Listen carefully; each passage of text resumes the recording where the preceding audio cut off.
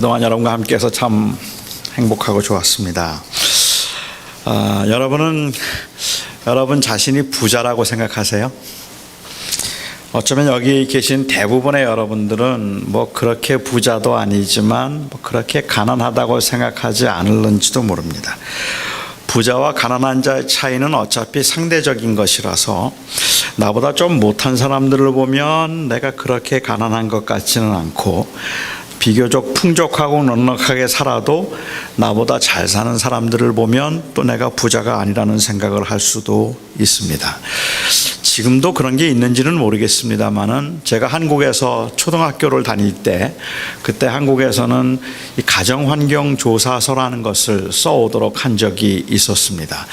아마 선생님들의 입장에서는 이 아이들의 가정환경을 알면 교육을 하는데 도움이 되겠다고 생각해서 이 구상한 일일 텐데, 그 가정환경조사서를 써오도록 그렇게 가정환경조사서를 내줬지만, 그 당시에는 부모님들도 너무 먹고 사는 게 바빠서 뭐 그거 일일이 써서 준 적도 없었고, 그리고 저희들도 별로 관심이 없어서 이 가정환경조사서가 수거가 잘 되지를 않았어요. 수거가 되지 않으니까 선생님들은 그래도 가정환경을 아는 게 좀 도움이 되겠다고 생각을 해서, 지금 생각해 보면 조금 비인간적인 방법이었다고 생각이 되는데, 그런 거 좀 비인간적인 방법이긴 했지만 가정환경을 조사한 적이 있습니다. 한 시간을 정해서 그 시간에 한 60명 되는 아이들을 불러놓고 모아놓고 이제 그곳에서 전 단체로 가정환경을 조사하는 거죠. 혹시 여러분도 그런 경험이 있는 분이 계신지 모르겠습니다. 그날 선생님이 계속 질문합니다. 지금 자기가 살고 있는 집이 자기 집인 사람 손들어라. 전세 손들어봐라. 그리고 셋방 사는 사람 손들어봐라. 집에 TV가 있는 사람 손들어라. 냉장고 있는 사람 손들어라. 집에 자가용 있는 사람 손들어봐라. 자기 공부방 있는 사람 손들어봐라. 아버지가 대학을 나온 사람 손들어라. 어머니가 초등학교도 못 나온 사람 손들어라. 아버지 직업이 교수인 사람, 노동자인 사람, 공무원인 사람, 이 질문들을 쭉 합니다. 그러면 그렇게 한 시간쯤 가정환경을 조사할 때쯤 되면 우리 반에서는 그날 누가 제일 부자인지를 알게 되고, 그리고 누가 제일 가난한지를 알게 됩니다. 뭐 있는 사람 손들라고 할 때마다 좀 겸연쩍은 듯이 항상 손을 드는 한 친구가 있고, 뭐 없는 사람 손들라고 할 때마다 고개를 못 들고 그냥 부끄럽게 손을 드는 친구가 있습니다. 재밌게도 그러면 그날 한 사람의 부자 그리고 한 사람의 가난한 사람이 결정되고 나면 그 반에 있는 나머지는 다 중산층입니다.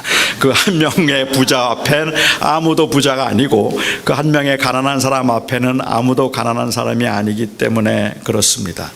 부자가 천국에 들어가는 것이 얼마나 어려운지 약대가 바늘기로 들어가는 것보다 더 어렵다는 말씀을 들어도, 그 말씀이 우리의 마음에 그렇게 크게 걸리지 않는 이유는 이 말씀을 문자적으로 이해해서는 안 된다는 어떤 선제된 지식 때문이기도 하겠지만, 어쩌면 그것보다는 우리가 천국에 들어가지 못할 만큼 부자는 아니라고 생각하기 때문에 그 말이 그렇게 마음에 걸리지는 않지 않을까 하는 생각이 들기도 합니다. 천국에 들어가기 조금 곤란할지도 모르겠다고 생각되는 부자는 아마 이런 사람들일 것 같아요. 구두는 주로 마놀로 블라닉 부츠를 즐겨 신는 사람, 양복은 알렉산더 아모스 양복을 즐겨 입고, 시계는 피아츠 엠퍼라도 템플 정도는 차야 천국에 가기가 조금 힘들지도 모릅니다. 가방은 에르메스 가방을 들고 볼트 휴대폰 케이스에 휴대폰을 넣고 다니는 사람, 그래야 부자라는 말을 들을 수 있습니다. 차는 그래도 부가티 베이론 정도는 타야 부자 소리를 들을 수 있을 겁니다. 지금 여러분들 표정을 봐서는 전혀 모르는 브랜드라서 감이 없는 것 같기도 하고, 그리고 내가 이런 브랜드들을 모르는 거 보니까 부자는 아닌 것 같다고 안심하는 분들이 좀 많이 계신 것 같기는 해요. 이 마놀로 블라닉 부츠는 악어 가죽으로 만든 신발인데 한 켤레에 한 15,000불 정도 하는 것 같습니다. 알렉산더 아모스 양복은 비쿠나라고 하는 그 약대 아주 정교한 털로 만든 양복입니다. 고급 양복인데 그 양복에 보석이 약간 들어가 있어요. 그래서 그 양복 한 벌이 한 10만 불 정도 합니다. 여러분들이 입고 다니시는 코오롱이니 뭐 케임브리지하고는 조금 달라요. 그래서 그 감이 아주 다른 감인데 도대체 얼마나 질감이 좋길래 이게 10만 불씩 하는가, 좀 의아해하실 분들이 계실 것 같아서 제가 이번에 좀 입고 왔어요. 그러니까 나중에 한번 만져보시면 좋을 것 같기는 해요. 제가 만져보실 수 있도록 하겠습니다. 피아츠 엠퍼러도 템플 시계가 한 300만 불 정도 합니다. 그리고 그 유명한 그 벌튜 휴대폰 케이스, 노키아에서 나온 건데, 여러분들이 가지고 계신 그 아이폰이나 삼성 폰을 넣고 다니는 그 케이스를 보면 고급스럽다는 생각은 안 들죠. 솔직히 그냥 튼튼하겠다 뭐 그런 생각이 들고, 떨어져도 깨지지 않을 것 같고, 그냥 어떤 것들은 좀 앙증맞고 귀엽다는 생각은 들지만 고급스럽다는 생각은 들지 않습니다. 그런데 이 벌튜 휴대폰 케이스는, 특별히 코브라 시그네처 브랜드는 이거는 정말 고급스럽습니다. 그 휴대폰을 넣는 케이스예요. 그 케이스 하나가 30만 불입니다. 그 케이스에 보석이 박혀 있기 때문에 비싸기는 하겠지만 뭐 엄청나죠. 한국에서 또 미국에서 우리 한국 분들이 이 루비통 가방을, 백을 들고 다니면 명품을 들고 다닌다고 생각을 해서 어깨에 좀 힘이 들어가기도 하고 또 위축되기도 하는 것 같기는 해요. 근데 제가 알아본 바에 의하면 이 루비통 가방이 한 2,000불 정도 하는 것 같아요. 여러분 가지고 계신 짝퉁 말고 진짜가 한 2,000불 정도 하는 것 같습니다. 그런데 가방은 역시 에르메스입니다.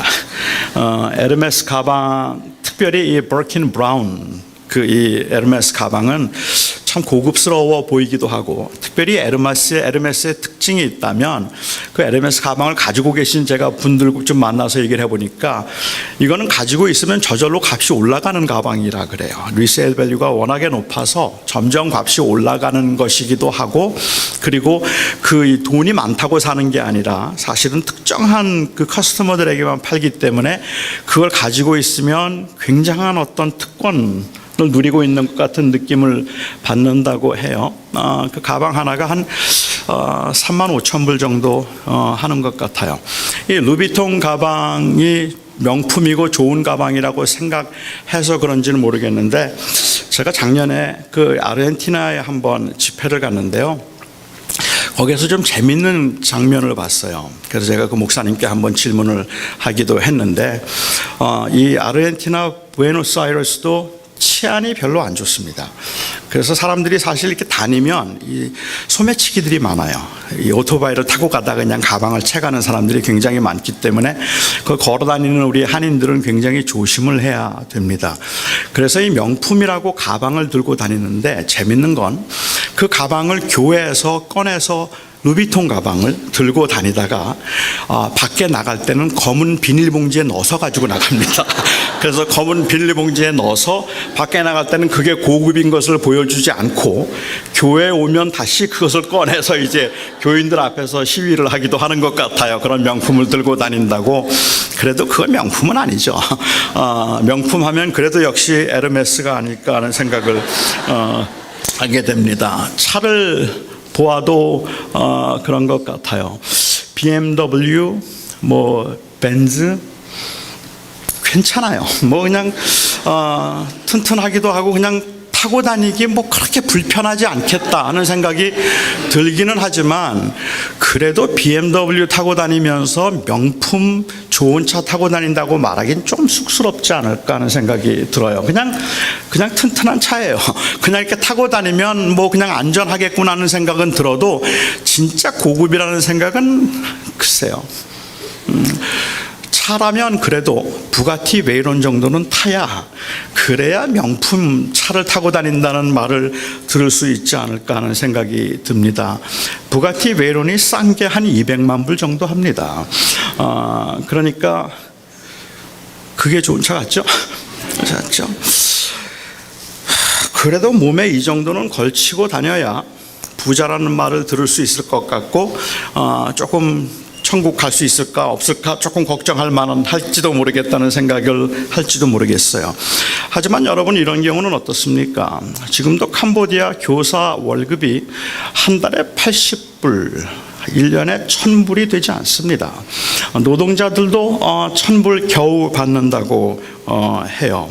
지금도 한국에서는 20만 원을 가지고 세 가족이 끼니를 이어가는 경우를 극빈자라고 부르는데, 20만 원이 없어서 세 가족이 끼니를 이어가지 못하는 가족들이 굉장히 많고, 몇 년 전에 그래서 이 동반 자살했던 세 모녀가 동반 자살한 사건 여러분 기억하실 겁니다.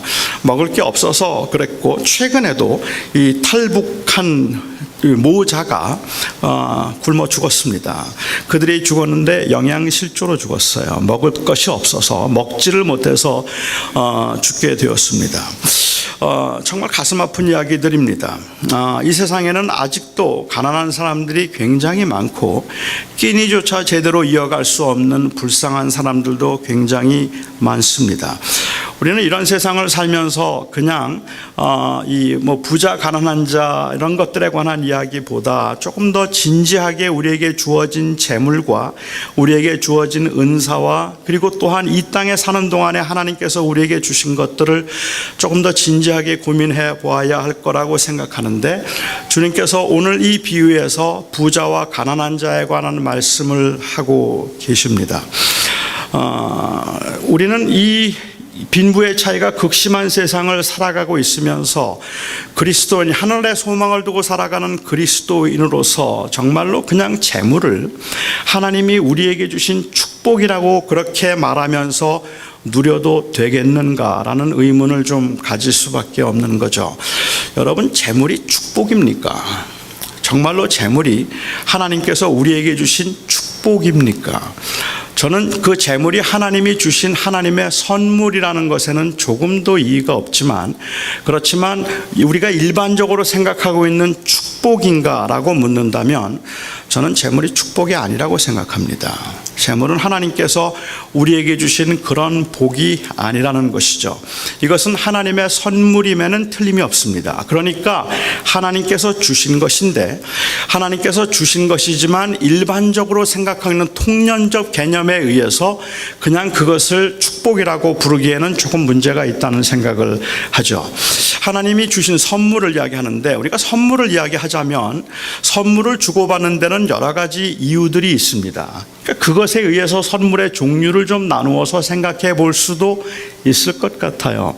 우선 사람들이 선물을 주고받는 그 이유 중에 하나가 있다면 보상으로서, 감사의 표시로서, 아니면 어떤 한 행위에 대한 보답으로 선물을 주는 경우들이 있습니다. 이런 경우에 선물은 reward입니다. 이건 보상이에요. 내가 한 행위에 대한 어떻게 보면 행위로 인하여서 내가 받게 되었던 그러한 상급이라고 말을 해도 틀리지 않을 거라고 저는 생각을 합니다. 이민 초창기에 처음 이민 오신 분들이 70년대에는요, 이민 오셔서 정착하는 게 굉장히 어려웠습니다. 그렇기 때문에 이민 오셔서 막 정착하려고 하는 분들을 제가 목회를 하면서 많이 도와드렸어요. 처음 오시는 분들 학교 교육청에도 데리고 가서 아이들 학교 등록도 시켜주고, 또 운전면허증 받을 수 있도록 시험 보는 걸 도와드리기도 하고, 아파트를 살 때 코사인도 해드리고, 차 살 때 코사인도 해드리고, 그래서 정착할 수 있도록 제가 많이 도와드리면, 그러면 한참 지난 다음에 이분들이 고맙다고 저에게 선물을 가져오십니다. 사과 상자를 가져오세요. 사과만 들어있는 사과 상자입니다.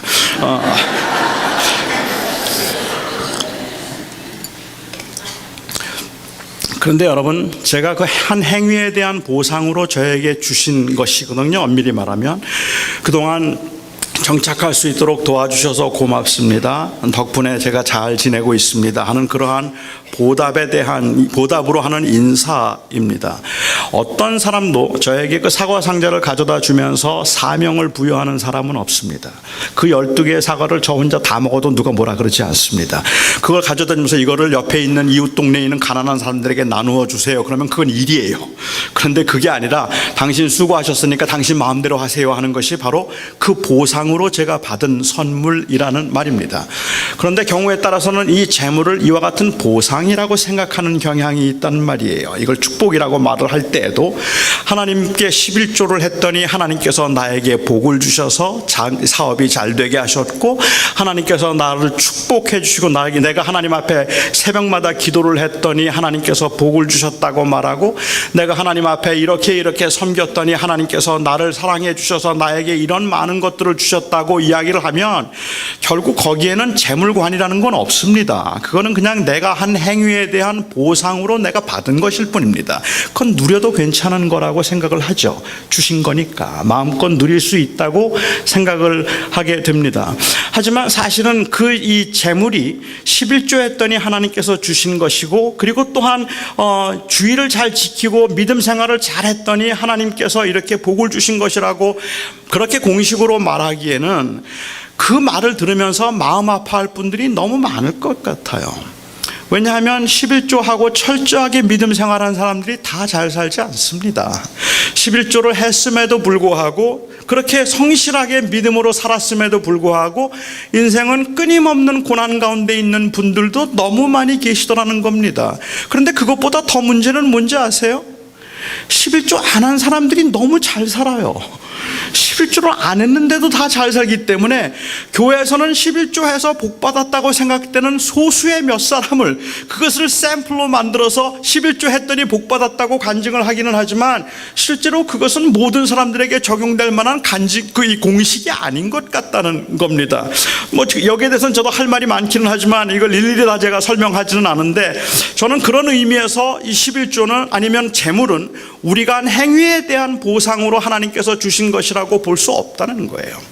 두 번째, 선물을 주고받는 이유가 있다면 그것은 사랑의 표시입니다. 누군가를 사랑하면 그 사랑하는 사람에게 사랑을 표현하기 위해서 뭔가 해주고 싶죠. 그래서 선물을 주고 싶어집니다. 저는 제 생일이 되면 지금도 저희 어머니에게 선물 받는 것을 좋아합니다. 그리고 저희 아이들에게 선물 받기를 좋아하고 제 아내에게 선물 받는 것을 좋아합니다. 제가 선물 받기를 그렇게 좋아하는 이유는 여전히 저는 그 사랑을 확인하고 싶은 것 때문에 대단한 게 아니더라도 그냥 그렇게 선물을 주면 기분이 좋은, 심지어 우리 막내 아들 같으면 제 생일날 되면 저에게 주는 선물은 언제나 해마다 어쩌면 그럴 수 있을까 싶은데 10년 내내 생일만 되면 다이어트콕을 줘요. 제가 그걸 제일 좋아한다는 거예요. 그래서 그 콜라만 저에게 주는데 그거 아니면 좋겠다는 마음이 있지만 아무튼 주면 고맙다는 말입니다. 저는 제 생일날 저희 어머니에게서 선물 받기를 좋아합니다. 근데 제가 지금 60이 넘었는데 지금 이 나이에 저희 어머니에게 생일 선물 뭐 해줄 거냐고 묻기는 좀 쑥스러워요. 그래서 저는 저희 어머니에게 생일 때가 되면 한 2주 전쯤 전화를 드리죠. 그리고는 어머니 요즘 정말 세월이 빠른 것 같아요. 제가 다음 주면 벌써 환갑이네. 아니 어쩜 이렇게 세월이 빠르지? 뭐 한 것도 없는데 벌써 1년이 갔어요, 어머니. 그러면 눈치가 빠른 저희 어머님이 뭐 사줄까? 이제 그렇게 말씀을 하시죠. 제가 지금 신고 있는 구두도 제 생일날 어머니에게 받아낸 겁니다. 제가 그것을 받기를 좋아하는 이유는 그것이 바로 사랑의 표현이라고 생각하기 때문에 그래요. 만약에 보상이라고 생각하면 제 생일날 제가 저희 어머님께 선물을 하는 게 맞습니다. 그렇잖아요. 얼마나 수고하셔서 이렇게 잘생긴 아들을 낳아주셨으니 얼마나 고맙습니까 하고 제가 선물을 드려야 되는 거지만, 이게 사랑의 표현이기 때문에 저는 선물을 받고 사랑을 확인하고 싶은 거죠. 그런데 경우에 따라서는 재물을 바로 이와 같은 이 사랑이라고 생각을 하는 거예요. 하나님의 사랑이라고 생각하죠. 물론 저는 그 의도가 뭔지는 너무도 잘 알지만 가끔씩 제 마음을 좀 섬찟하게 만드는 것들이 있다면, 가령 아주 굉장히 좋은 집을 이사 가서 입주 예배를 하는데 입주 예배 가운데 가운데 이건 내가 한 게 아니라 그냥 하나님이 다 해주신 겁니다라는 겸손한 고백임에도 불구하고 그때 하시는 말씀 가운데 하나님이 특별히 저를 사랑해 주셔서 이렇게 좋은 집을 주셨습니다 하고 그렇게 이야기를 해요. 하나님이 나를 너무 사랑하셔서 이 집을 주셨습니다라고 말하면 그곳에 와 있는 분들 중에 어려운 분들은 도대체 왜 하나님이 저 사람만 사랑하고 나는 사랑하지 않을까라는 의문을 가질만 하다는 거예요. 어쩌면 이렇게 건강하세요. 하나님이 저를 특별히 사랑하세요. 그러면 아픈 분들은 어떻게 돼요? 아픈 분들은 하나님이 사랑하지 않는 거잖아요. 아니 무슨 말인지는 알죠 우리가. 하나님이 사랑하시고 하나님의 간섭과 하나님의 섭리 가운데 되어진 일이라는 것을 인정하는 건 괜찮은데 재물을 받으면 아니면 우리가 좀 좋은 것들을 누리면 그게 마치 하나님의 특별한 사랑을 받는 것처럼 생각하고 있는 것이 문제라는 말이에요. 그거는 너무 많은 분들에게 아픔을 줄 수 있는 말이라는 겁니다. 70년대는 미국에 오는 게 그렇게 쉽지 않았던 때입니다. 한국이 여전히 경제적으로 어렵기 때문에 미국에 오면 마치 어떤 그 기회를 찾아서 온 것처럼 보여지기도 하고 좀 특권 같은 생각을 그 당시에는 좀 했던 것 같아요.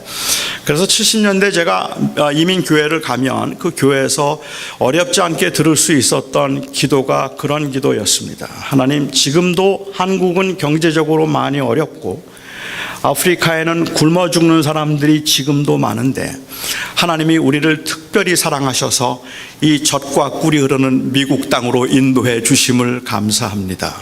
그러면 다 미국에 와 있는 분들이니까 함께 아멘을 했어요. 그런데 저는 그 기도를 들으면서 청년 때도 혼자 든 생각이, 그러면 한국에 있는 분들이 이 기도를 들을 때는 무슨 생각을 할까? 아니면 아프리카에 있는 분들이 이 기도를 들을 때는 무슨 생각을 할까?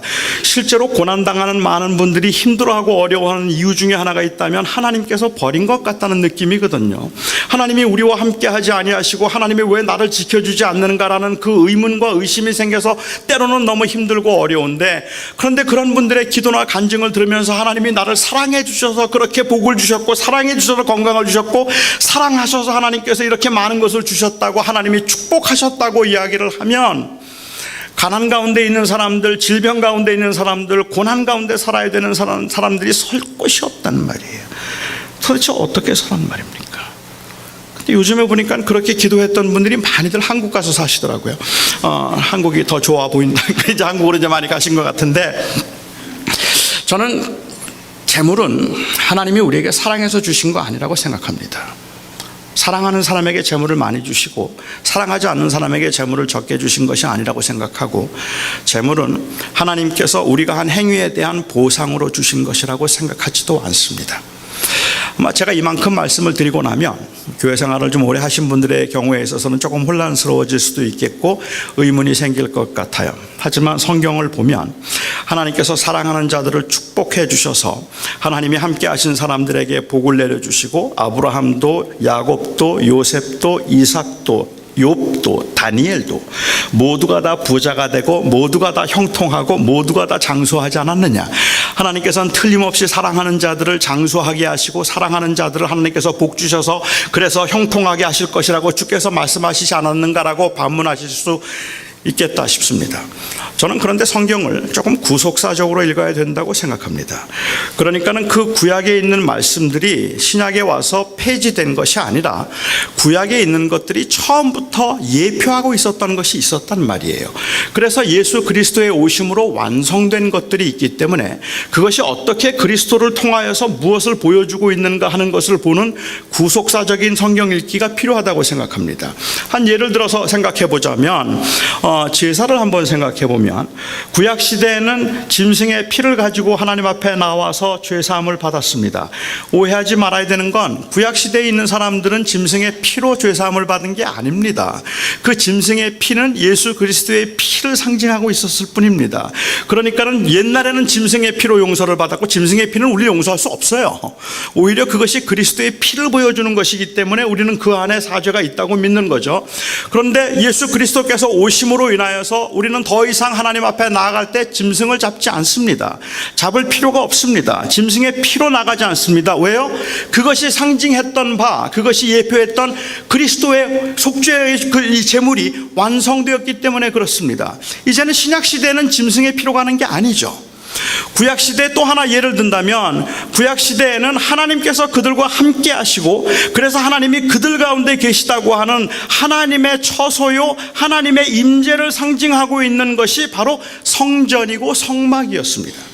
이스라엘 백성들은 광야 생활을 시작하면서 제일 먼저 그들은 성막을 지었어요. 그리고 그 성막을 통해서 하나님이 그들과 함께 하셔서 그들의 하나님이 되시고 그들은 하나님의 백성이 된다는 것을 가시적으로 확인할 수 있었던 것이 바로 이 성막입니다.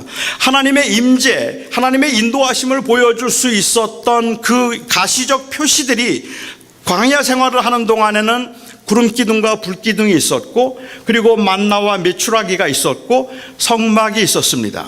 그런데 만나와 메추라기도 구름기둥과 불기둥도 가나안에 들어가면서 다 멈추었고, 성막만 성전으로 바뀌어서 그 가나안 땅에 남게 되잖아요.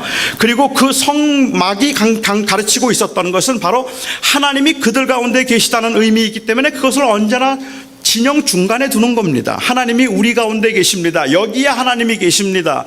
그런 의미이기 때문에 성전은, 가나안에 들어간 후에 그들이 세운 성전은 굉장히 중요한 거예요. 이것은 하나님이 그들 가운데 계시다는 의미이기 때문에 중요하기도 하고, 여전히 그들은 하나님의 백성이라는 것을 보여주는 것이기 때문에 굉장히 중요한 것이었다는 말입니다.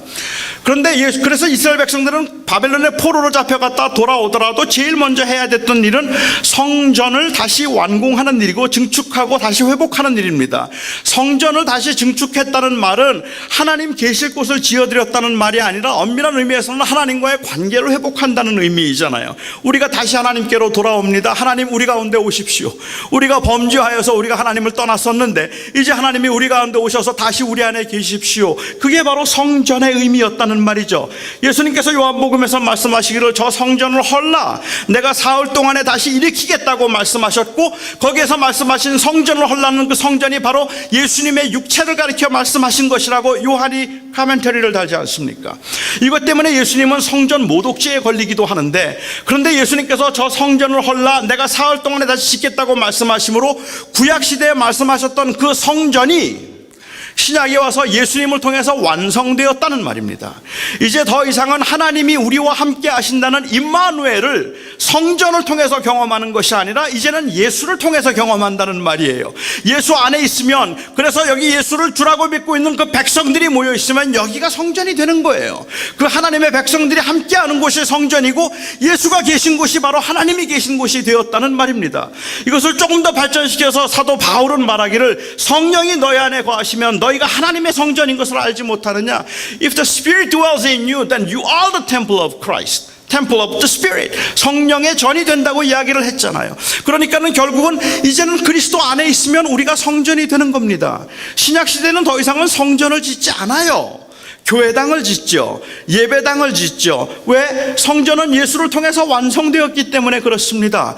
성전을 성전이라고 부르는 것은 저는 이의가 없지만, 우리가 분명히 믿는 것은 이 장소에 예수님이 계시는, 하나님이 계시는 것이 아니라 예수를 마음에 품고 있는 사람들 속에 하나님이 계신 것이 분명하다는 말이죠.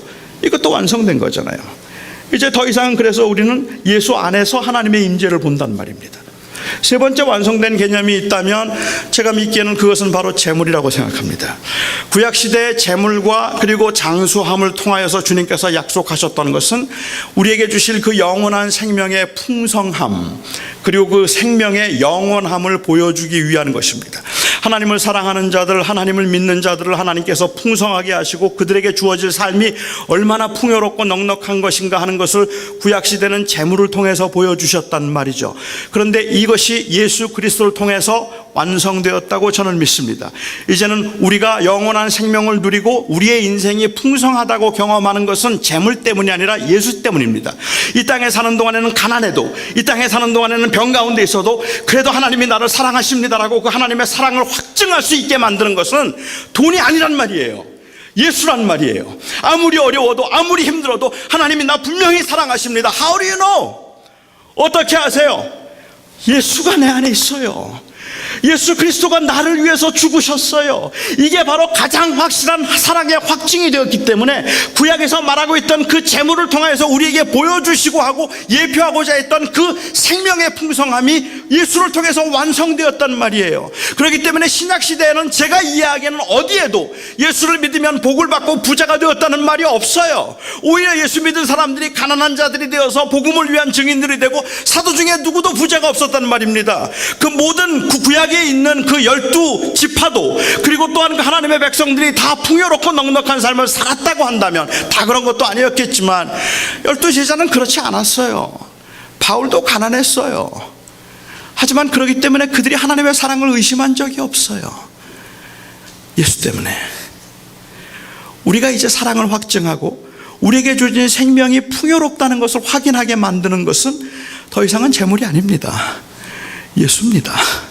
그것이 예수님을 통해서 우리가 완성되었기 때문에 누구에게나 다 된 거죠. 저는 구약 성경을 구속사적으로 읽는다면 신약시대 예수님을 통해서 어떻게 구약이 완성되었는가 하는 것을 보는 건 굉장히 중요하다고 생각을 해요. 그러면 재물이 뭡니까?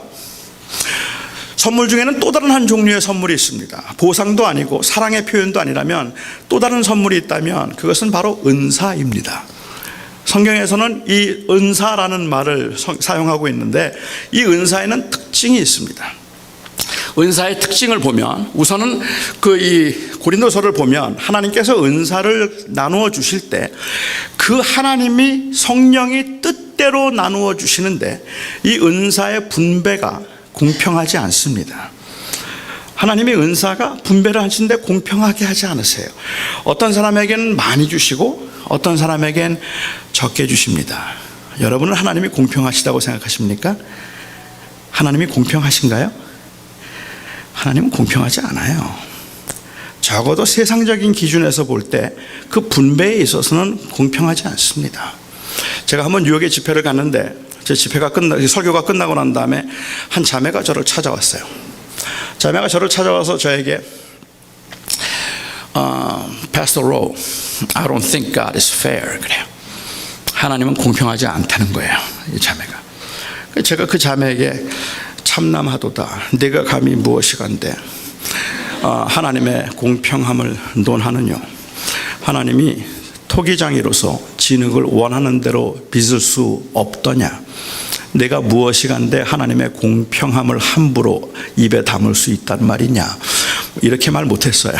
제가 이렇게 말을 못했는데 제가 그렇게 말을 할 수 없었던 이유는 하나님이 공평하지 않다고 저에게 그 말을 했던 자매는 뇌성마비 장애인이었습니다. 평생을 휠체어에 앉아서 살았던 자매이고 저에게 그 짧은 몇 마디를 하기 위해서 여러분들이 아시는 것처럼 얼마나 몸을 비틀면서 얼마나 숨을 몰아쉬면서 그 이야기를 하는지 몸을 비틀고 힘들게 저에게 목사님 하나님은 공평하지 않아요 라고 말하고 있는데 제가 그 앞에서 하나님의 공평함을 감히 말할 수 없었습니다. 저는 그 자매에게 하나님은 공평하지 않다고 인정했습니다. 적어도 분배에 있어서는. 그런데 성경을 보아도 예수님의 비유가 딱 그것을 말씀하신 건 아니지만 거기에 암시되어 있는 걸 보면 하나님은 공평하시지 않습니다. 어떤 사람에겐 하나님께서 5달란트를 주셨고 어떤 사람에겐 2달란트를 주셨고 어떤 사람에겐 1달란트를 주셨습니다. 어떤 사람에겐 처음부터 많이 주셔서 태어나면서부터 금수저인 사람도 있고 어떤 사람은 아무것도 가지지 않고 바닥에서 버겁게 일어나야 되는 사람도 있습니다. 어떤 사람은 태어나면서부터 그 자매처럼 장애인이라서 그래서 도저히 살아갈 수 없는 그런 버거운 인생을 그 인생을 살아야 되는 사람들이 있는가 하면 어떤 사람들은 정말로 넉넉하고 편안하게 살 수 있는 모든 여건과 머리와 그리고 조건과 환경을 갖추고 있는 사람들도 있습니다. 하나님은 어떤 사람에게는 굉장히 많이 주십니다. 어떤 사람에게는 적게 주십니다. 어떤 사람들은 자기의 능력 때문에 돈을 많이 벌었다고 생각하지만 제가 이해하기에는 그거 하나님이 많이 주셔서 그런 거예요. 어떤 사람이 돈을 많이 못 버는 건 나는 왜 이렇게 하는 일마다 안 될까 싶은데요. 정말 제가 아는 분들 중에도 하는 일마다 안 돼요. 정말 버겁게 돈 모아가지고 힘들게 사업을 준비하면 IMF가 터지고요. 정말로 힘들게 세탁소 하나 잡아서 이제 내가 겨우 되었다고 세탁소 힘들게 가게 하나 10년 20년을 고생해서 가게 하나 차렸는데 1년도 되지 않아서 그 앞에 도로공사한다고 문 닫아버리더라고요. 어떻게 감당하란 말입니까? 되는 사람은 되는데요, 안 되는 사람은 안 돼요. 5 가진 사람이 있고 2 가진 사람이 있고 1 가진 사람이 있어요. 예수님이 그런 의도로 말씀하신 건 전혀 아닙니다만은 저는 그 비유하는 숫자도 마음에 안 들어요. 주님께서 기왕의 비유를 말씀하시려면 좀 어떤 사람에게는 5을 주셨고 어떤 사람에게는 3을 주셨고 어떤 사람에게는 2를 주셨다, 이렇게만 말씀해 주셔도 조금 희망이 생길 것 같아요. 왜냐하면 5 가진 사람이 놀기만 하면 3 가진 사람이 최선을 다해서 3을 남기면 이길 수도 있어요. 그런데 여러분, 2 가진 사람 몸부림쳐도 5 못 이겨요. 왜냐하면 성경에서 말하는 그 주님의 비유에서도 말씀하시는 최선을 다해서 남길 수 있는 게 배 아닙니까? 그렇다면 어떻게 이길 수 있느냐는 말이에요. 그런데 이 세상이 그렇게 불공평하더라고요. 가진 사람은 다 가져서 그 사람 못 이겨요. 아무리 애를 써도 아무리 몸부림을 쳐도 안 되는 사람들이 있다라는 말입니다. 안 되죠. 제가 그 자매에게 얘기했어요. I think you're right. God is not fair. 하나님은 공평하시지 않다. 그런데 여러분, 하나님의 공평함이 어디에 나타나는지 아십니까? 하나님의 공평함은 5개를 준 사람에게 하나님은 5개를 기대하세요. 그리고 2개를 준 사람에게 하나님은 2를 기대하세요. 하나를 준 사람에게 하나님은 하나를 기대하세요. 세상은 너 몇 개 가졌는가를 묻지만 주님은 너 몇 개 남겼는가를 물으세요. 주님의 공평함은 우리에게 정확하게 몇 개를 주셨는가를 기억하고 계시고 그 주신 것에서 배를 남기는 것 이상을 기대하지 않는다는데 하나님의 공평함이 있다고 저는 생각합니다. 그런데 하나 가진 사람은 그렇게 한 달란트를 받았던 사람은 그렇게 이해하지 않았어요. 그래서 그 1 달란트를 받은 사람은 그것을 땅에다 묻어두죠. 땅에 묻어두고 말하기를 당신은 굳은 사람이라 심지 않은 데서 거두려고 합니다. 이 말을 바꿔서 얘기하면, 제가 한번 다르게 표현해보자면, 하나 가지고 어떻게 5 이기란 말입니까? 그 말이에요. 하나 가지고 어떻게 5 이기란 말입니까? 이건 공평하지 않습니다. 땅에 묻어두었다고 했어요. 그리고 주님께서는 차라리 은행에다 두어서 이자라도 남기지, 그러면 왜 그건 땅에다가 묻어두었느냐라고 오히려 그 게으름을 책망하시죠. 그런데 그가 낙심할 수밖에 없었던 이유는 하나 가지고 5 못 이기기 때문에 그렇다는 말입니다. 저는 가끔, 제가 장애인이기 때문에 그런지는 몰라도, 제가 제일 좀 거북한 말 중에 하나가 뭔가 하면, 좀 듣기 불편한 말 중에 하나가 뭔가 하면, 무슨 뜻인지는 아는데도 좀 마음이 편하지 않은 것은 이 인간 승리라는 말입니다. 인간 승리. 그 인간 승리라는 말이 어떤 사람들에게 어떤 희망을 주기 위해서 만들어낸 이야기인지는 모르지만 사실은 그보다는 훨씬 더 많은 사람들에게 좌절과 실망을 주는 말입니다. 장애를 가지고 있는 사람에게 인간 승리는 하나를 가지고 5을 이겼다는 것을 말하는 것 뿐입니다. 그러니까는 약한 사람, 이 장애로 힘들어하는 사람에게 격려한다고 너도 헬렌 켈러가 될 수 있어, 너도 열심히 공부하면 헬렌 켈러가 될 수 있어. 아니요. 헬렌 켈러는 헬렌 켈러만 돼요. 헬렌 켈러처럼 다른 사람이 될 수 있는 게 아닌 거예요.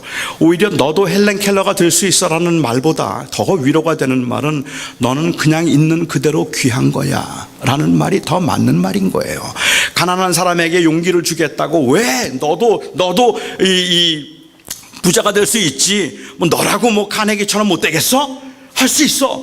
이런 말보다는 그것이 되는가 안 되는가는 하나님의 손안에 있다면 너는 그냥 그 자체로 귀해 라는 그 말이 사실은 용기가 되는 말이라는 말입니다.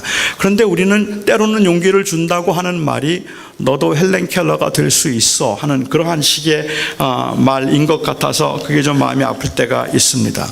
어제도 제가 잠깐 말씀을 드렸지만 제가 제 아내가 20살 때 제가 프로포즈를 했어요. 그때는 몰랐는데요. 나중에 결혼을 할 때 보니까 제 아내가 한국에서는 이름만 대면 알만한 꽤 유명한 집안의 무남동녀 외동딸이었습니다. 굉장히 한국에서는 잘 나가는 집안의 무남동녀 외동딸이었어요. 제가 한국에서 결혼식을 했는데 그 결혼식에 TV에서 보던 사람들 뭐 제법 많이들 와 있었던 것 같아요. 근데 이 결혼식이 끝나고 난 다음에 한 사람이 저를 찾아와서 제 손을 잡고는 막 울 것처럼 이야기를 해요. 너무너무 감동을 받았다는 거예요. 그러면서 그분이 자기를 소개하는데 자기가 정립회관이라는 한국에 특별히 이 소아마비 장애인들 재활하는 그 학교가 있는데 그 정립회관의 이사장이라 그래요. 그런데 자기가 너무 감동을 받았다고 저보고 그 학교에 와서 한번 간증을 해달라는 거예요. 그런데 제가 딱 기분이 나빴습니다. 여러분들이 지금 제 외모를 보시는 것처럼 저는 지금 사실은 손해보고 결혼을 하고 있는 건데, 그런데 그분 생각에는 제가 무슨 개천에 용난 것처럼 생각하는 것 같아요. 장애인이 그래도 유명한 집안의 외동딸과 결혼을 했으니까 이게 출세라고 생각을 했나 봐요. 그래서 그거 와서 한번 간증을 해달라는 게 기분이 나빴고, 그것보다 더 제 마음을 불편하게 했던 것은 내가 가서 그런 이야기를 한다는 게 저는 그걸 성공이라고 생각하지도 않지만 정말 거기에 있는 원우들에게 도움이 될까 하는 말이에요. 왜 그들에게 너도 저렇게 돼야 돼라는 말을 왜 해야 될까? 너 저렇게 안 돼도 돼라고 말하는 게 더 맞잖아요. 너 그렇게 안 돼도 괜찮아. 넌 참 소중한 아이야. 이 말이 마치 너 그렇게 안 되면 넌 가치 없는 인간이야 라는 말처럼 들리면 안 되는 거 아니에요. 그래서 그게 저는 마음에 너무 불편하기도 해서 제가 가지 않겠다고 이야기를 하고 이제 그분에게 그 말씀을 드렸는데, 우리가 가지고 있는 문제는 마치 이 하나님이 적게 주신 것을 가지고 크게 성공할 때만 하나님 앞에 가치가 있는 것처럼 여기는 거라는 거예요. 제가 그 자매에게 얘기했습니다. I think you're right. God is not fair. God has given you only quarter talent. 하나님이 너한테는 한 달란트도 안 주시고 쿼터 talent 주신 것 같다. 그런데 하나님의 공평함은 어디에 나타나는지 아니? 하나님은 너에게 주신 쿼터 talent를 가지고 5달란트를 이기기를 기대하시는 게 아니야. 내게 주어진 것 가지고 최선을 다하면 돼. 쿼터 가지고 쿼터만 남기면 돼. 세상 사람들은 물론 몇 개 가졌는가를 자꾸 묻겠지만, 그런데 유혹받지 말고 그냥 내게 주신 것이 이만큼이면 이것 가지고 열심히 살자. 그렇게 생각해서 열심히 살면 하나님 앞에 충성된 종이 되는 거야. 저는 하나님께서 각자에게 주신 게 너무 달라서 오히려 5개 가진 사람이 3개를 남겨서 8개를 만들고 2개 가진 사람이 2개를 남겨서 4개밖에 없어서 반밖에 없다고 할지라도 하나님 앞에 착하고 충성된 종이라고 칭찬을 들을 수 있는 사람은 2개 가진 사람이라고 저는 생각합니다. 교회가 부흥하고 나면 마치 자기가 능력이 있어서 교회가 부흥한 것 같고, 교회가 성장이 안 되면 내가 무능해서 성장이 안 된 것처럼 그렇게 사람들은 판단하기도 하고 또는 그렇게 분석을 하기도 하겠지만, 하나님이 주신 게 다 다른 걸 어떻게 하란 말입니까? 각자에게 주신 것이 다르고 주어진 상황이 각자 다른 곳에서 나름대로 주어진 것에서 최선을 다한다면 이 땅에서 많은 사람들의 이 열광적인 그러한 이 성원과 또 많은 사람들의 에게서 그런 응원을 받고 아니면 칭찬을 받았던 사람이 하나님 앞에서 책망받을 사람 많겠다는 생각이 들어요. 하나님이 많이 주셨다면 절대로 자랑하면 안 됩니다. 하나님이 적게 주셨더라도 절대로 낙심하면 안 됩니다. 내게 준 게 몇 개인지는 우리는 알지 못하지만 우리는 주어진 것에서 누구와 비교하지 않고 최선을 다해서 성실하게 살아가는 게 중요한 겁니다. 재물은 그런 의미에서 많이 받은 사람이 있어요. 제가 시카고에서 돈 잘 버는, 아주 정말 돈을 많이 벌었다는 장로님 한 번 만난 적이 있습니다. 그 장로님과 같이 차를 타고 가는데 그 장로님이 저에게 그래요. 목사님, 저는 이렇게 차를 타고 가면 돈이 보여요. 그래요. 근데 그분은 내가 어떻게 이기겠어요? 난 아무리 봐도 안 보이는데. 근데 그분은 돈이 보인다는데, 손만 대면 되는 분들이 있고요, 손만 대면 안 되는 사람도 있어요. 그거 자랑할 거 아니지 않습니까? 하나님이 주셨는데 거기에서 얼마나 배를 남기는가가 중요한 거죠. 사람들과 비교하려고 할 게 아니라고 생각해요. 그게 은사라면 말입니다. 두 번째 은사의 특징이 있다면 이 은사는 더욱 큰 은사를 사모하라 하는 주님의 말씀이 있습니다. 더욱 큰 은사들을 사모하라가 조금 더 정확한 번역이겠죠. 너희는 더욱 큰 은사들을 사모하라. 은사 중에 제일 큰 은사가 뭘까요? 사랑. 일반적으로 사랑이라고 생각할 수 있도록 고린도전서 12장 13장이 기록된 것 같기는 해요. 그런데 사랑은 은사가 아니잖아요. 저도 사랑이 은사였으면 좋겠어요. 사랑이 은사면 정말 좋겠다 싶어요. 누가 목사님 그 아무개 집사님 좀 사랑해 주세요. 그러면 제가 은사가 없어서, 그러면 되잖아요. 그러면 사랑하자면 되는데, 그런데 이 사랑은 은사가 아니거든요. 사랑은 성령의 열매죠. 그 말씀의 문맥을 좀 살펴보자면 고린도 교회가 이 방언 때문에 조금 어려움이 있었습니다. 그래서 방언하는 사람과 하지 않는 사람 사이에 분쟁이 생겼어요. 분쟁이 생겨서 다툼이 있고 교회가 어려움을 겪게 되었단 말이죠. 그런 상황에서 그들에게 바울이 편지를 보내면서 고린도전서 12장에서 말하기를 다 사도겠느냐, 다 선지자겠느냐, 다 병 고치는 자겠느냐, 다 방언하는 자겠느냐, 다 통역하는 자겠느냐. 기대하는 대답은 아니라는 거죠. 그런즉 너희는 더욱 큰 은사들을 사모하라. 내가 너희에게 제일 좋은 길을 보여주겠다. 그리고 나서 사랑을 이야기해요. 13장에 사람이 천사의 말을 한다 할지라도 사랑이 없으면 울리는 꽹과리가 되고, 사람이 산을 옮길 만한 믿음이 있다 할지라도 사랑이 없으면 그건 아무것도 아니다. 여기서 지금 대조가 되고 있는 것은 사랑과 방언을 이야기하면서 사랑이 방언보다 크다는 말이 아닙니다. 여기서 대조되고 있는 것은 사랑과 믿음을 대조하면서 사랑이 믿음보다 더 크다는 말을 하고 있는 게 아닌 겁니다. 여기서 대조가 되고 있는 것은 사랑이 있는 방언과 사랑이 없는 방언을 대조하는 거예요.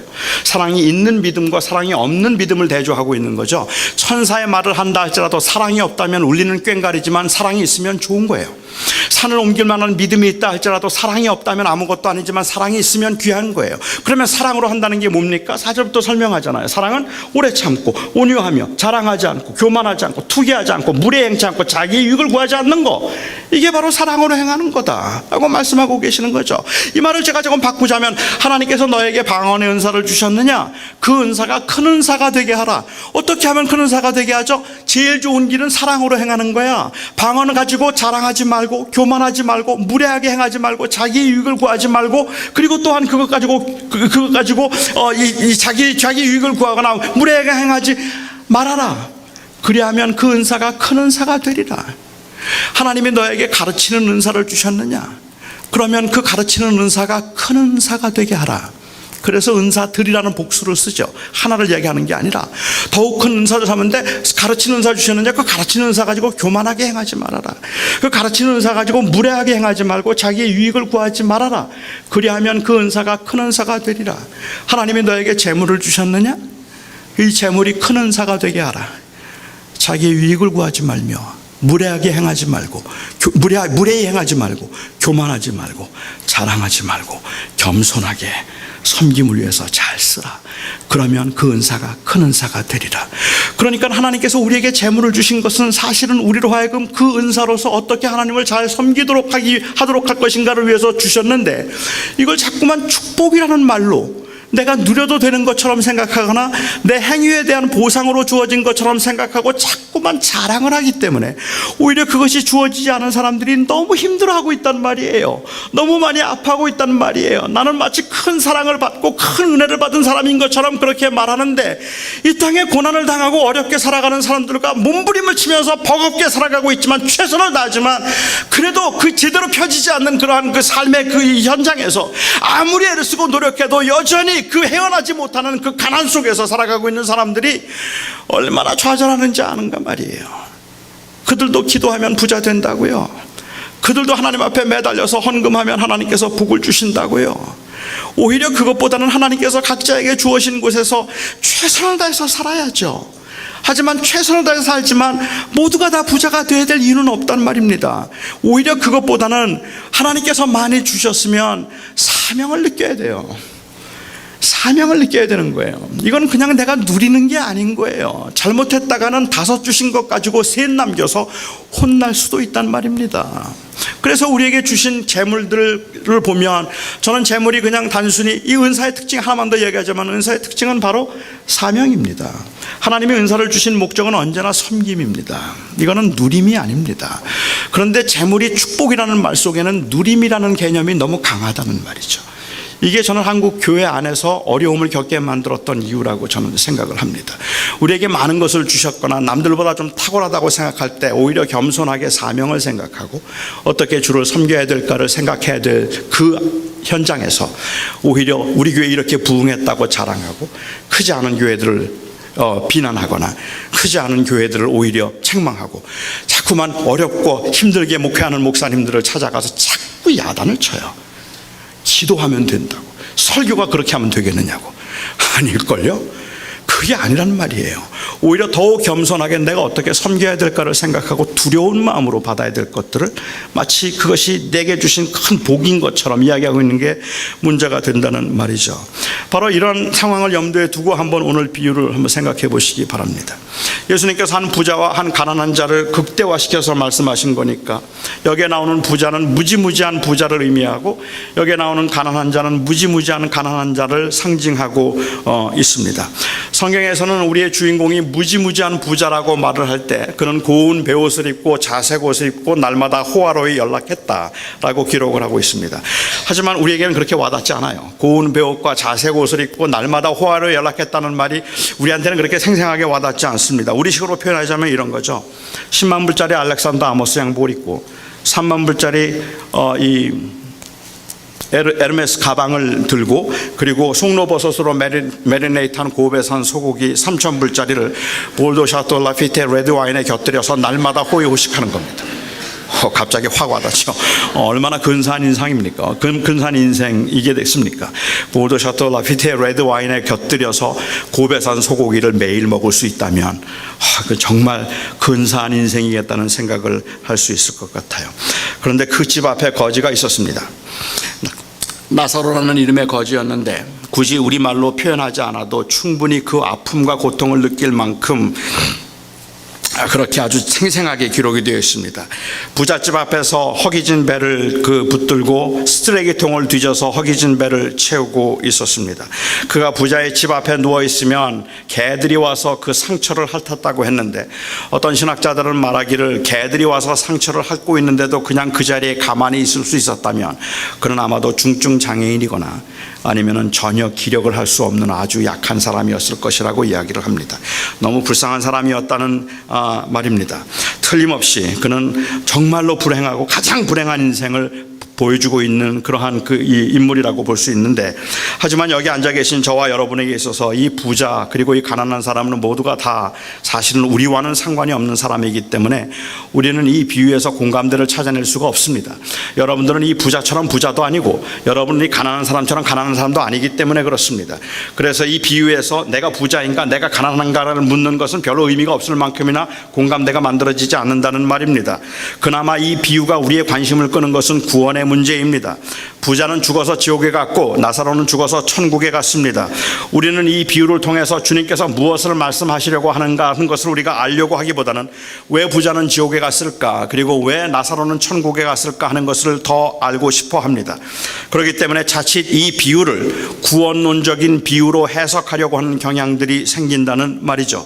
물론 구원의 문제는 굉장히 심각한 문제이고 중요한 문제이기는 하지만 그럼에도 불구하고 이 비유는 단순히 그러한 그 구원을 어떻게 하면 받을 수 있는가에 관한 이야기를 하거나 누가 천국에 갈 수 있고 누가 지옥에 가게 되는가에 관한 이야기를 하고 있는 게 아닌데 이 비유에서는 다른 공감대를 찾아낼 수가 없기 때문에 사람들은 종종 그것을 더 관심 있게 살펴보게 되죠.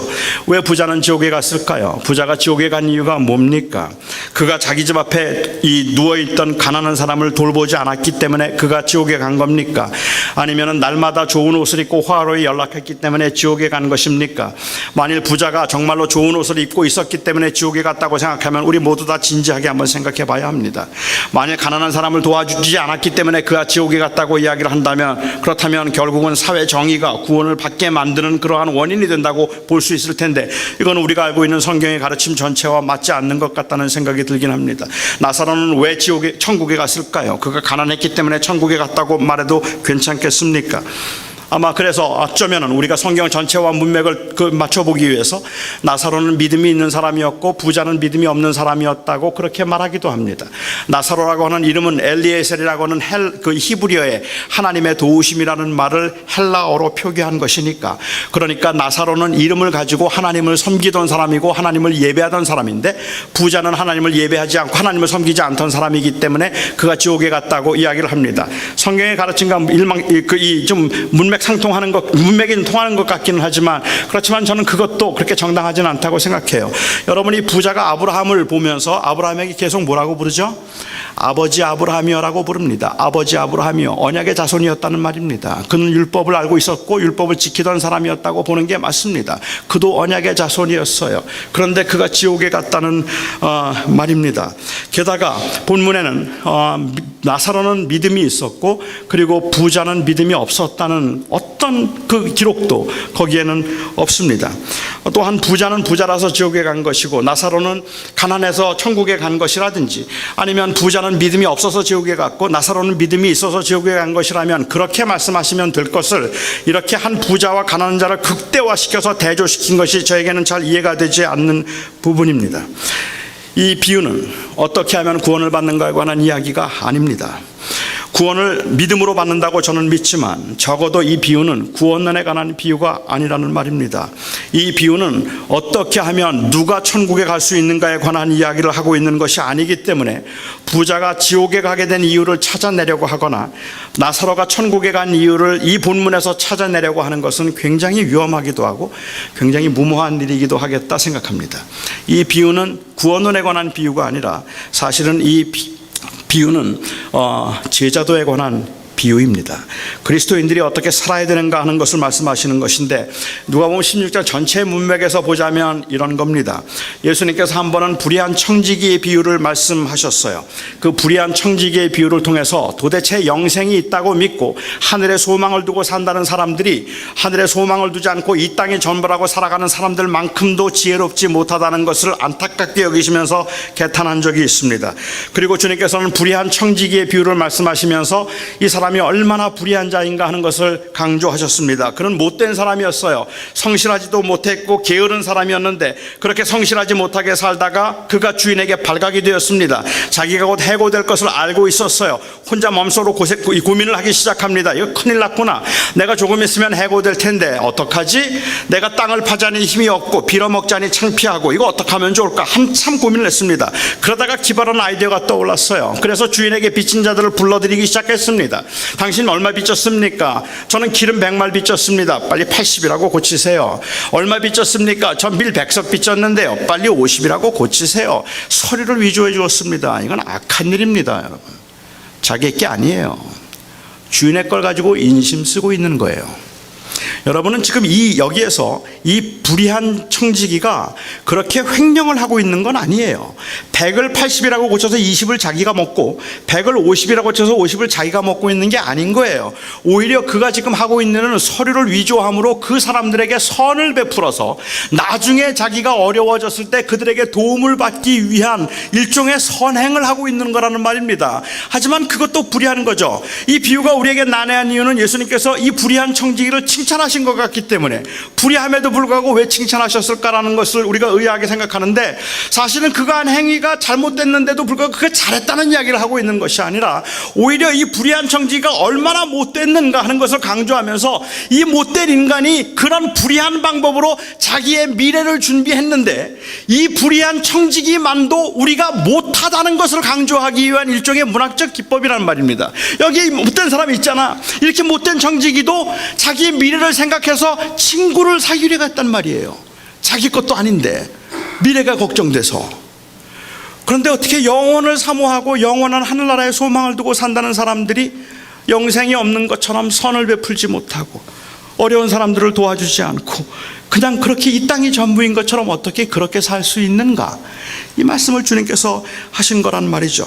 그리고는 주님께서 말씀하시면서 오히려 빛의 아들들이 어둠의 아들들보다 더 지혜롭지 못하다고 말씀을 하셨습니다. 이건 명백한 모습입니다. 그래서 주님께서 이 말씀을 하신 후에 불의한 재물로 친구를 사귀라고 하셨어요. 여기에 불의한 재물은 단순히 세상에 있는 재물을 의미하는 것도 아니고 재물이 다 불의하다는 이야기를 하고 있는 것이 아니라 이 비유에서 말하고 있는 거예요. 이 비유에서 이 사람이 이러한 그 자기 것도 아닌 것 가지고도 친구를 사귀었는데, 그러면 우리가 어떻게 이 땅에서 선을 행하며 살아야 될 것인가 하는 것에 관한 이야기를 하고 있는 것이죠. 그리고 주님께서는 두 주인을, 재물과 하나님을 겸하여 섬길 수 없다는 무시무시한 말씀도 하셨습니다. 그런데 문제가 된 건 주님께서 이렇게 말씀을 하셨더니 14절에 보면 바리새인들이 비웃었어요. 예수님이 이 말씀을 듣고 바리새인들이 비웃었습니다. 그들이 비웃은 이유를 누가는 말하기를 돈을 사랑했기 때문이라고 했어요. 아무리 그래도 돈이 있어야죠. 돈 없으면 불행합니다. 예수를 믿더라도 일단은 돈이 많아야 될 겁니다라고 말하고 싶었을 겁니다. 현실은 그렇지 않다는 말을 하고 싶었겠죠. 사는 게 그렇게 만만한 게 아니라는 말을 하고 싶었을 겁니다. 바리새인들은 사실은 재물과 하나님을 겸하여 섬겼던 사람들입니다. 아니, 이스라엘 백성들의 역사가 그렇습니다. 재물과 하나님을 겸하여 섬겼어요. 제가 이해하는 바로는 이스라엘 백성들이 여호와를 떠나서 바알을 섬겼던 적이 한 번도 없습니다. 제가 이해하는 바로는. 그들은 고난을 당하면 언제나 여호와를 찾아왔습니다. 그들의 문제는 여호와 대신에 바알을 섬긴 것이 아니라 여호와와 바알을 함께 섬긴 겁니다. 재물의 문제에 있어서는 바알이고, 그리고 자기들의 생명의 주, 언약의 주인은 언제나 여호와인 거예요. 그래서 그들은 여호와 하나님이 나의 하나님이라는 고백이 있음에도 불구하고 그래도 이 땅에 사는 동안에는 바알이 돈을 주는 신이, 재물을 주는 신이니까 바알을 함께 섬겼던 거 아닙니까? 우리들이 마찬가지죠. 재물과 하나님을 겸하여 섬기고 있는 거라는 겁니다. 그래서 예수님께서 이 불의한 청지기에 관한 말씀을 하셨더니 비웃었어요. 그리고 주님께서는 그들이 비웃자 부자와 나사로의 비유를 말씀하셨습니다. 그렇다면 부자와 나사로의 비유는 이렇게 이해할 수 있습니다. 자, 여기에 무지무지한 부자가 있었다고 한번 가정해보자. Let's just suppose. 이건 사실은 아니에요. 부자가 있었다고 한번 가정해보자. 그는 최고급으로만 치장하고 부러울 것이 없을 만큼이나 모든 것을 누리며 호화롭게 살았지. 그런데 만일 그렇게 많은 걸 누리며 살았는데 그가 죽어서 지옥에 갔다고 가정해보자. 여기에 정말로 불행한 인생이 있었다고 한번 가정해보자. 아무도 원하지 않는 가장 불행한 인생을 살았던 한 거지가 있었다고 가정해보자. 그런데 이 불쌍한 거지가 천국에 갔다고 가정해보자.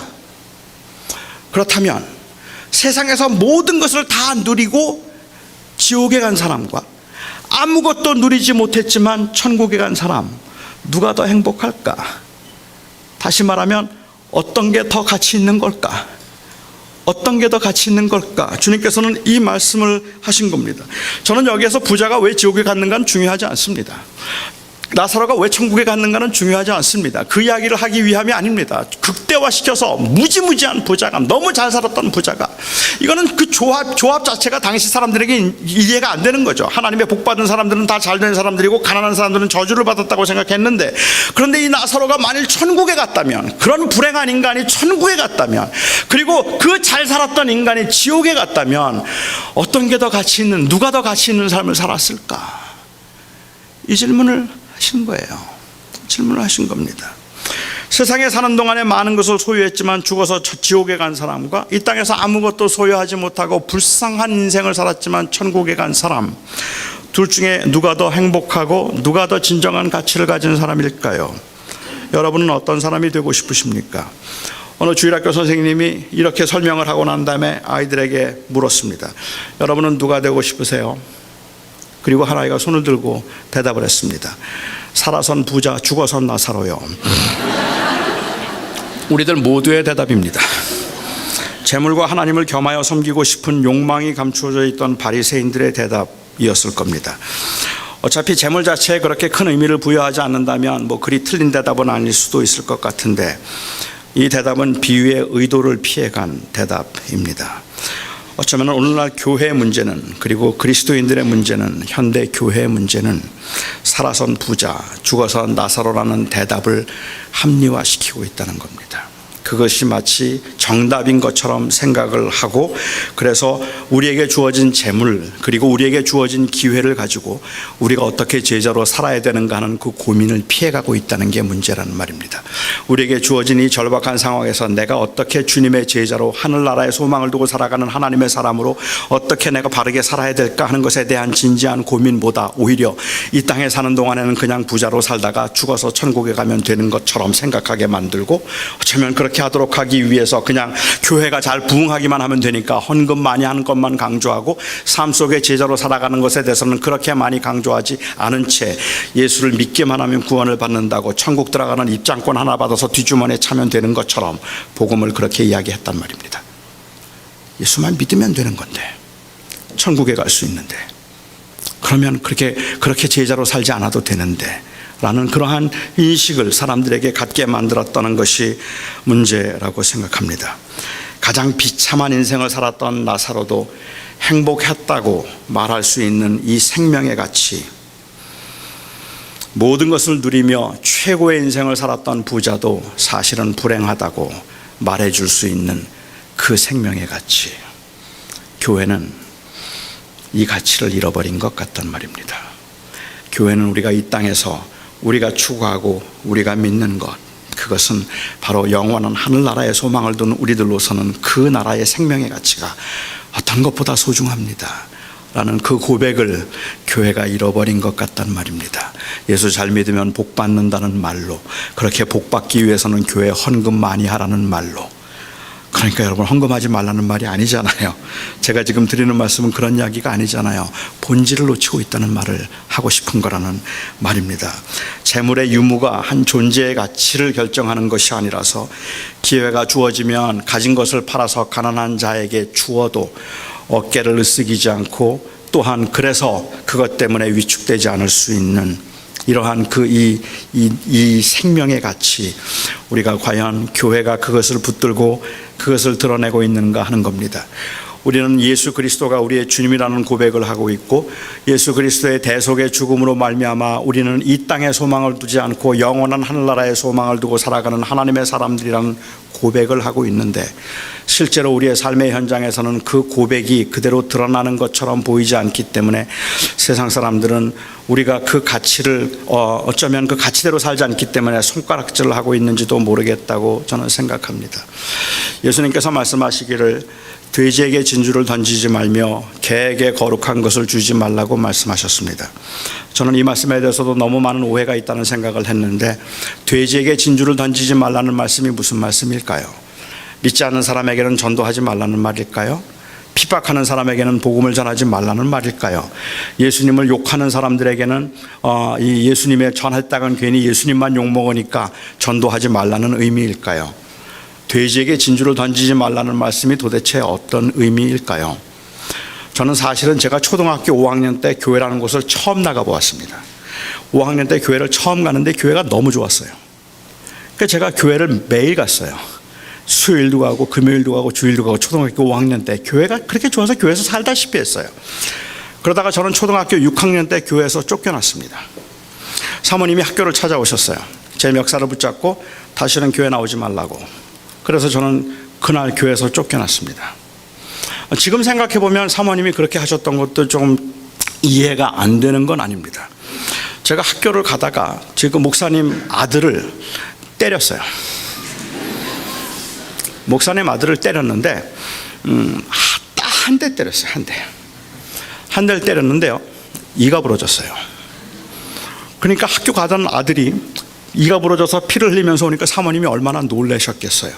그래서 학교를 찾아와서 저를 찾아오셨는데, 그런데 제가 잘못했다고 용서를 구해야 될 텐데 걔가 먼저 잘못했다고 뻑뻑 우기니까 너무 사모님 화나셔서 너 이제 교회 나오지 마 그러셔서 저는 교회에서 쫓겨나게 되었습니다. 그날 저는 제 몸에 소림사에 피가 흐른다는 걸 알았어요.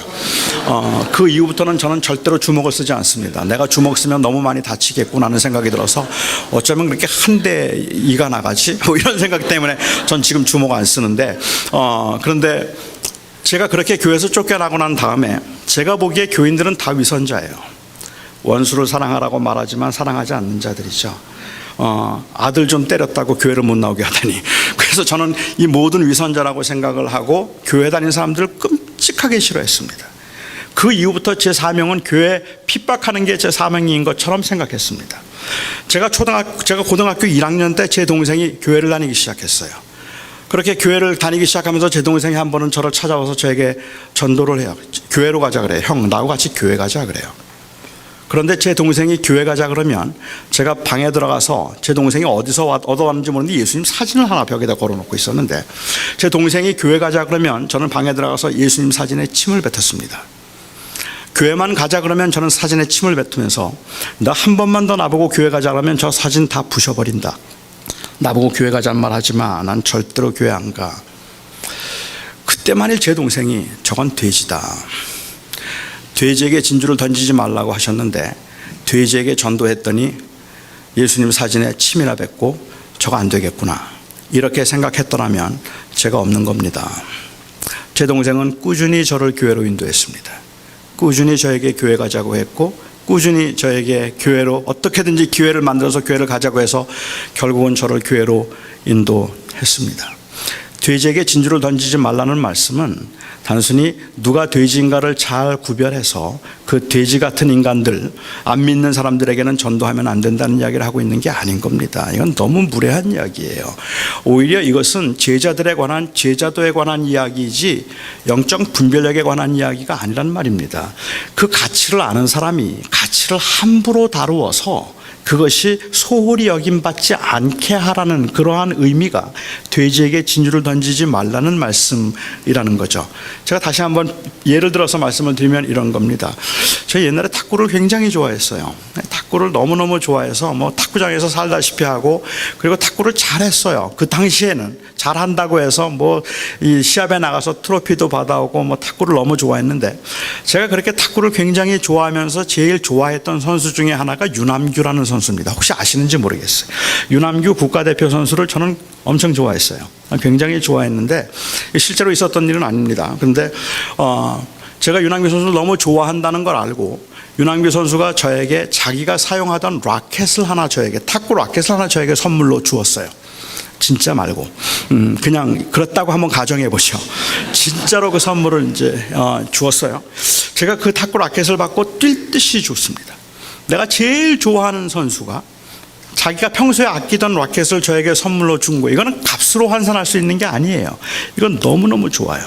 그리고 제가 그걸 너무 좋아서 가지고 집에 들어오면서 아이들을 부르고 제 아내를 불렀습니다. 그리고 말합니다. 여보, 이거 뭔지 알아? 이거 유남규 선수가 사용하던 탁구 라켓이야. 이건 돈으로 살 수 있는 게 아니야. 이건 너무너무 귀한 건데 이걸 나한테 선물로 줬어. 하지만 유남규가 누군지도 모르는 제 아내, 그리고 탁구를 좋아하지도 않는 저의 아이들, 그거 뭐 어쨌다고요? 뭐가 그렇게 좋아? 답답해 미치겠어. 이건 유남규 선수가 사용하던 거라니까. 이거 진짜 좋은 거야.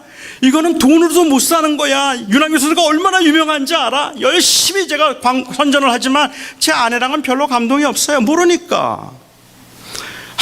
이런 가치를 모르는 인간들이라고 제가 한심해하면서 그 라켓을 그냥 바닥에다 두었습니다.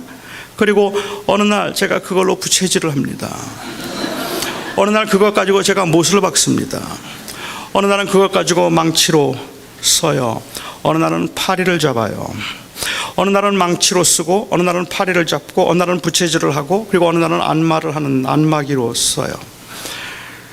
어느 날 제가 밖에 나갔다가 들어왔더니 제 아내가 그 탁구 라켓 위에 커피잔을 올려놨어요. 너무너무 화가 나요. 있을 수도 없는 일이에요. 제가 제 아내를 불러서 막 야단을 치는 거예요. 여보, 이게 뭔지 알아? 이거 유남규 선수가 사용하던 라켓이야. 이건 돈으로도 못 사. 이렇게 귀한 데다가 커피잔을 올려놓으면 도대체 어떡하는 거야? 이 가치를 모르는 인간들이 도대체 이거 뭐 하는 짓이야? 막 야단을 치고 펄펄 뜁니다. 자, 여러분, 누구 잘못입니까? 제 아내의 잘못입니까? 제 잘못입니까? 제 잘못이죠.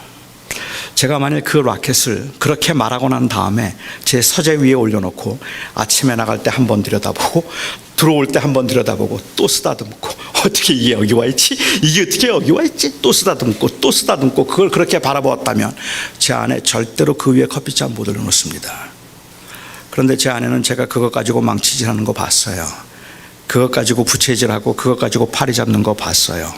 커피잔 올려놓을 수 있다고 생각했어요. 그 가치를 알고 있는, 생명의 가치를 알고 있는 예수 믿는 사람들이 생명의 가치 때문에, 그 생명의 가치임에도 불구하고 아무것도 희생하지 않으려고 세상과 그렇게 치열하게 싸우고 있는 우리의 모습을 보면서 사람들은 정말 영생이 있어? 묻기 시작하는 겁니다. 정말로 하나님이 그렇게 대단해? 정말로 생명이 있다는데 어쩌면 그럴 수 있지? 하는 생각들을 하기 시작한다는 말이죠. 그 가치를 아는 건 우리뿐인데 우리가 그 가치를 제대로 사용하지 않고 있기 때문에 생명이 소중하다고 우리는 말하고 예수가 나를 살렸다고 고백을 하면서도 그 가치를 아는 건 우리뿐인데 그 가치를 삶에서 드러내지 않고 있으니까 세상 사람들이 보기에는 크게 우스워 보이는 거죠. 그건 아무것도 아니라는 생각을 하기 시작했다는 말입니다. 1980년대 76년인가요? 75년이죠. 미국이 베트남과의 전쟁에서 졌습니다. 미국 사람들은 베트남과 전쟁에서 졌다면 싫어하겠지만 전쟁에서 지고 난 다음에 아무튼 그 상심해 있고 낙심해 있던 그 미국 사람들의 마음을 좀 인커리지하기 위해서 80년대 70년대 말부터 이 일종의 아메리칸 히로이즘이 굉장히 강했습니다. 그래서 이 영웅들이 많이 나타났어요. 그때 80년에 나타났던 영웅 중에 한 사람이 람보입니다. 람보. 여러분도 람보 아시나요? 람보는 힘의 상징입니다. 베트남 전쟁에서 졌지만 그렇지만 람보 혼자 가서 다 때려 부셔요. 그리고 람보가 거기 있는 이 포로들을 다 데리고 나오죠. 그러니까 람보는 힘의 상징이라서 80년대 초반에 이 람보 유머 시리즈가 있었습니다. 힘을 의미하는 그 상징하는 그 의미에서 람보 유머 시리즈가 있었는데 거의 무슨 30년 40년 다 된 이야기니까 썰렁하지만 그래도 여러분들은 웃어주실 줄 알고 제가 그 유머를 하나 소개해드리도록 하죠. 람보가 친구하고 짜장면을 먹으러 갔어요. 그 짜장면을 먹는데 단무지가 하나 남았는데 친구의 젓가락과 람보의 젓가락이 동시에 닿습니다. 서로 먹으려고 합니다. 힘으로 하면 친구가 안 됩니다. 그래서 친구가 꾀를 냈어요. 람보에게 제안을 합니다. 잠깐 람보야, 우리 서로 힘겨루기 해서 힘센 사람이 먹게 하면 어떨까? 힘이라면 자신이 있잖아요. 그거 좋은데 어떻게 힘겨루기를 할까? 친구가 제안합니다. 서로 뺨을 있는 힘껏 때려서 울지 않는 사람이 먹게 하자. 그래 한번 해보자. 친구가 말합니다. 내가 먼저 때릴게. 이때는 나중에 때리는 사람이 유리한 건 아시죠? 그래서 친구가 그래 먼저 때려. 친구가 뺨을 있는 힘껏 때렸습니다. 눈물이 핑 돌고 별이 반짝거렸지만 그렇지만 람보 울지 않았어요. 람보니까 꾹 참았습니다. 람보 차례가 됐습니다. 이제 내 차례야. 그리고 람보가 친구를 때리려고 하는데 이 친구가 잠깐 그래요. 그러더니 그 친구에게 그 람보에게 이거 너 먹어 그래요. 그리고는 큰 소리로 한마디를 합니다. 아저씨 여기 단무지 한 그릇만 더 주세요. 생각하면 참 우스운 이야기잖아요. 그런데 오늘날 그리스도인들이 딱 그 모습이라는 거예요. 영원한 하늘나라의 소망을 두고 살고 있다고 말하면서 세상 사람들하고는 단무지 하나도 뺏기지 않으려고 해요. 그거 뺏길까 봐 하나님 저것 좀 뺏어주세요라고 몸부림을 치고 있는 그 모습을 보면서 세상 사람들은 의아한 거예요. 아니 도대체 뭘 믿는데, 하나님을 믿는다면서 영원한 나라를 믿는다면서 그 나라의 소망을 두고 살아간다는 하나님의 사람들이 어쩌면 단무지 하나도 뺏기지 않으려고 저렇게 아둥부둥할까? 조금 더 여유 있게, 조금 더 너그럽게, 그건 너 먹어도 돼 라고 말해도 될 텐데 그냥 아저씨 단무지 주세요라고 말하면 될 사람이 왜 그 단무지를 뺏기지 않으려고 그렇게 몸부림을 치고 있는지 세상 사람들이 보기에는 이해가 되지 않는단 말이에요. 도대체 정말 영생이 있는 거야? 라고 묻는 거잖아요. 영생이 정말로 있는 거야? 그런데 주님께서는 말씀하시잖아요. 이 영생이 진짜 얼마나 가치 있는 건지 가장 불쌍한 사람도 불쌍하지 않고 가장 행복해 보이는 사람도 행복하지 않은 것이 바로 이 영생이다 말하잖아요. 이 땅에 사는 동안에 아무것도 없는 것 같은 사람이라 할지라도 그래서 낙심하지 않게 만들 수 있는 게 생명이고, 이 땅에서 모든 것을 누리면서 많은 사람들이 부러워할 만한 인생이라 할지라도 그들이 부러워지지 않는 것이 바로 이게 바로 영생이라는 말입니다. 그 어렵고 힘든 가운데도 그 어려운 오지에 아무 생각 없이, 아니 오히려 담대한 마음을 가지고 복음 하나 들고 그냥 그 선교지로 갈 수 있는 그 가치가 바로 이게 영생의 가치이고, 나는 너무 억울해 죽겠는데도 불구하고 그런데도 눈 한 번 딱 감고 다른 사람에게 양보해 줄 수도 있는 것이 바로 그게 영생의 가치란 말입니다. 교회가 그 가치를 드러낼 수 있을 때 오직 교회만 그 가치를 아니까, 오직 교회만 이 생명을 아니까 이 가치를 드러낼 수 있을 때 예수 그리스도의 이름이 높아진다는 말입니다. 그런데 오늘날 세상에서 볼 때 교회들이 아무것도 뺏기지 않으려고 하는 몸부림치는 그 모습을 보면서 영생이 있나? 하는 의문을 갖기 시작했더라는 말입니다. 여러분 얼마나 이 땅이 험한지 알아요? 조금이라도 갖지 않으면 어김없이 무시를 당하고, 세상 사람들은 끊임없이 너는 몇 개를 가졌는가를 묻고, 넌 뭘 할 줄 아는가를 묻고, 너는 어느 차를 타고 다니는가를 끊임없이 세상은 물어요. 그리고 예수를 믿는 사람들은, 이 땅에 사는 동안에 하늘의 소망을 두고 사는 사람들은 바로 그 세상에 대해서 너무 힘들고 버겁지만 저항하고 있는 사람들인 거예요. 내 가치는 거기에 있지 않습니다라고 말하는 거죠. 그렇기 때문에 부자도 교만하면 안 되고 가난한 사람도 낙심하면 안 되는 거예요. 여러분, 아무리 힘들고 아무리 약하다 할지라도 절대로 낙심하지 마십시오. 우리에게는 생명이 있습니다. 여러분, 아무리 세상에서 잘 나가는 것 같다 할지라도 절대로 교만하지 마세요. 심지어는 축복이라는 이름으로라도 교만하지 마세요. 하나님이 그냥 주신 은사예요. 잘 사용하셔야 합니다. 내게 주신 것이 무엇이든 내가 주님의 나라를 앙망하고 그 나라에 속한 백성으로 제가 살아가겠습니다. 믿음의 고백을 확인할 수 있기를 바랍니다. 기도하죠.